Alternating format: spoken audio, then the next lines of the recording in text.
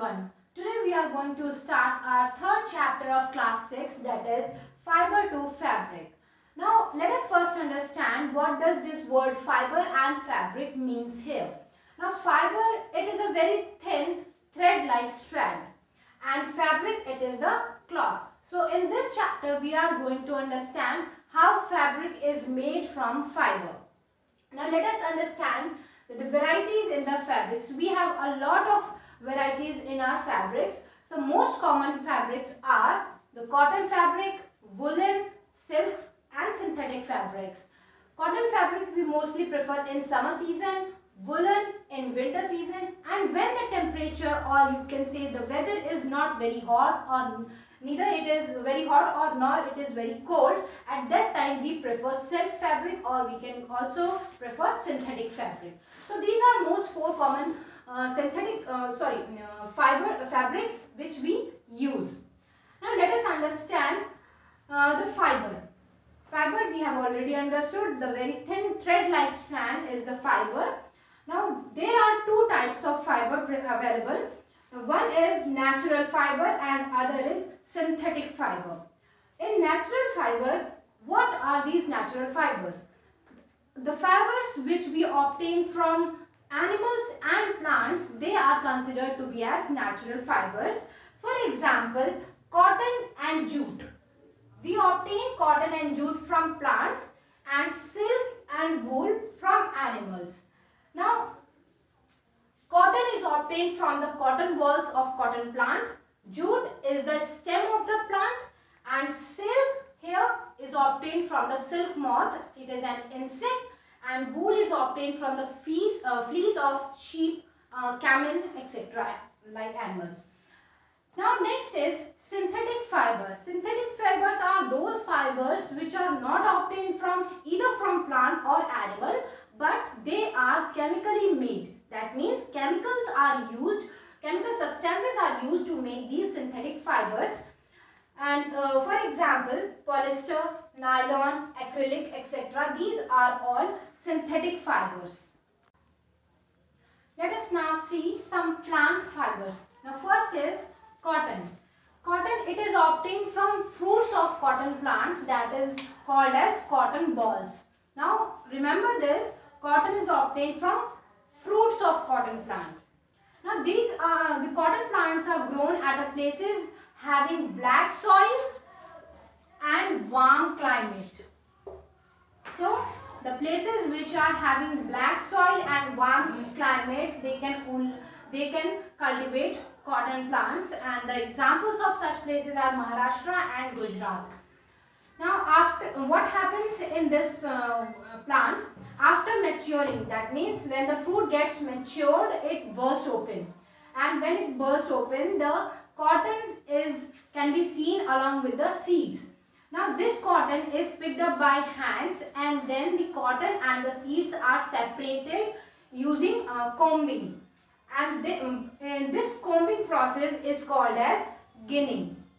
Now this is how cotton is obtained from cotton plant. It is separated, and then cotton is separated from seeds by combing. The process is called as ginning. Now second is jute. Jute is obtained from stem of jute plant. Now here cotton was obtained from fruit of cotton plant, and jute is obtained from stem of jute plant. Now jute is cultivated during rainy season, and the places where it is mostly cultivated is West Bengal, Bihar, Assam, etc. Now it is harvested at flowering stage. That means when there is a stage in the jute plant when the flower are going to come out, at this time the jute fiber is harvested. The stems of these jute plants gets rot, and then the fibers are separated by hands. Now let us understand the process of making fabric from fiber through a flow chart. Now what comes first is fiber. From fiber, firstly yarn is made, and the process of making fiber to yarn is done through a process called spinning.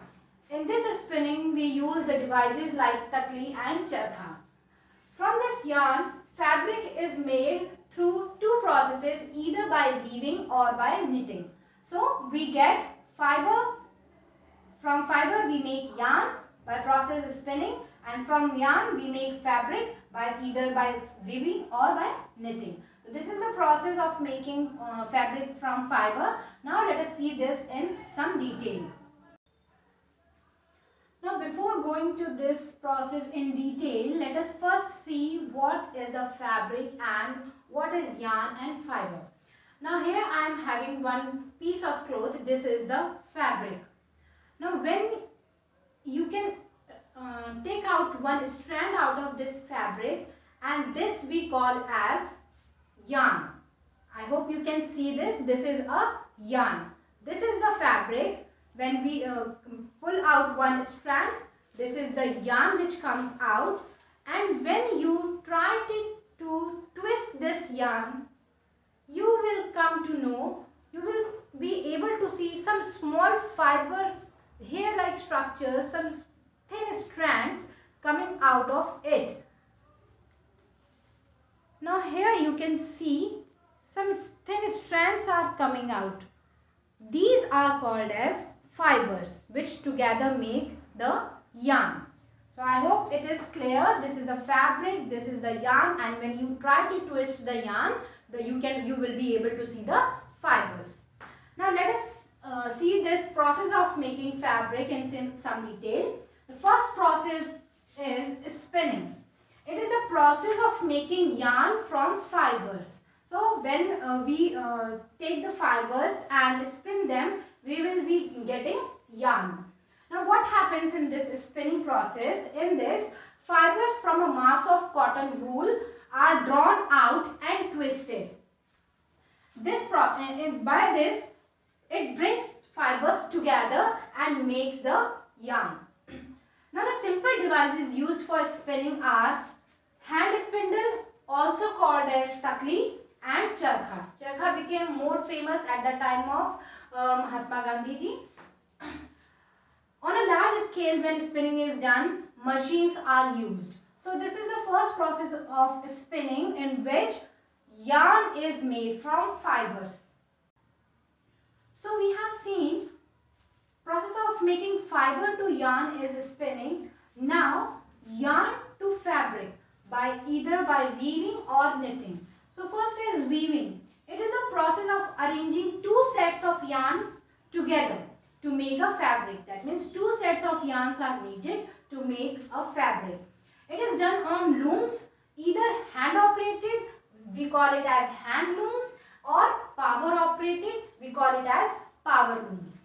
Now this is about weaving. You can try weaving using two colored strips of paper and try to make a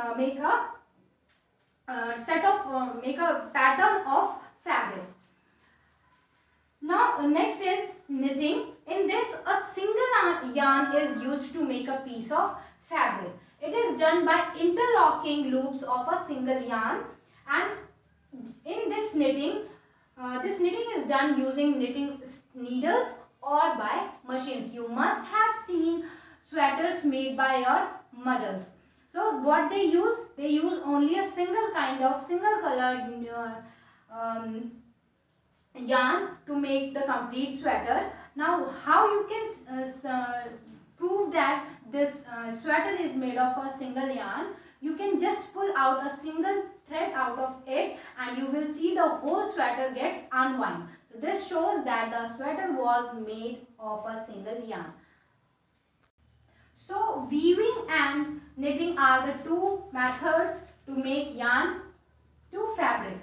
Now here you should remember, weaving, it is done using arranging two sets of yarns, and in knitting single yarn is used. So let us now see the next topic. Now let us understand the history of clothing material. Now earlier what happened in ancient times, the early man did not know what to wear, how to wear. So what they used bark of trees, big leaves of trees, animal skin and fur to cover their body. Now when they started learning agriculture, they started practicing agriculture, they learned to weave twigs and grass to make mats, baskets, etc. After that, the vines and animal fleece were twisted together to form large strands. The vines here are the thin stem of the climbing trees. So, what they used to do, they used to twist together these vines and animal fleece to make large strands. Now, after that, because they have learned practicing agriculture, so they started growing cotton, jute and flax, etc. Now, at earlier time, they did not know stitching. So that's why they just draped the whole piece of the cloth to cover their different body parts. The piece of the fabric was not stitched. Now, after the invention of sewing needle, they started stitching the fabrics. And firstly, they hand stitched the clothes, and thereafter machines came through which the stitching was done. And now, as you can see, we have various variety to wear, like frock, shirts, t-shirts, jeans, pants, and so many variety of clothes that we wear today. So this was all about the chapter fiber to fabric. I hope you have understood it well, and in case you have any doubt, you can ask me. Thank you.